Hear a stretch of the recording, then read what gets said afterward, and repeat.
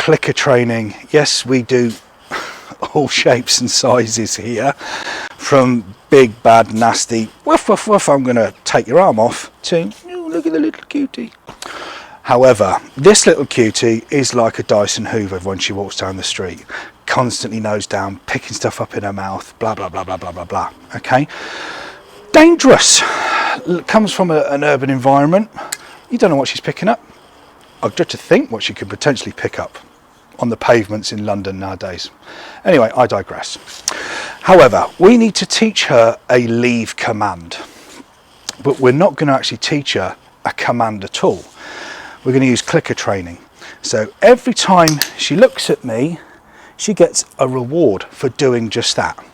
At the moment, she doesn't know what this means. She just hears a noise and gets rewarded for looking at me while she hears this noise. They call it charging the clicker. I've got no idea why. Another one of these newfangled, let's call one action 10 different names in dog training. However, she doesn't know what it means, and you can see. So we need to have a period of time where we teach her and she learns what that means. Still not looking at me. So what I'm going to do is I'm going to reverse the psychology. So when she looks at me, click. When she looks at me, click. That then it's sinking in, and she's coupling up the noise of the clicker with looking at me. Then we can reverse it. Click. Then she looks at me. But every single time she's looking at me, we are paying her. She is getting rewarded for doing just that. Okay. So out in the big real wide world, this situation will be when the owners are walking her down the street, and if she does become distracted, good girl, we can use the clicker to break that focus and stop her from picking items up off of the floor. Okay, all the time that she's looking at me, because we're still teaching her what this sound actually means and what we want her to do when she hears this sound, she's getting rewarded for it. Okay, so let's put it into practice. There's a worm here, there's a worm there. All right, come on in. Good, bosh. Okay, looked at the worm, didn't touch it. As her head went down, click, reward.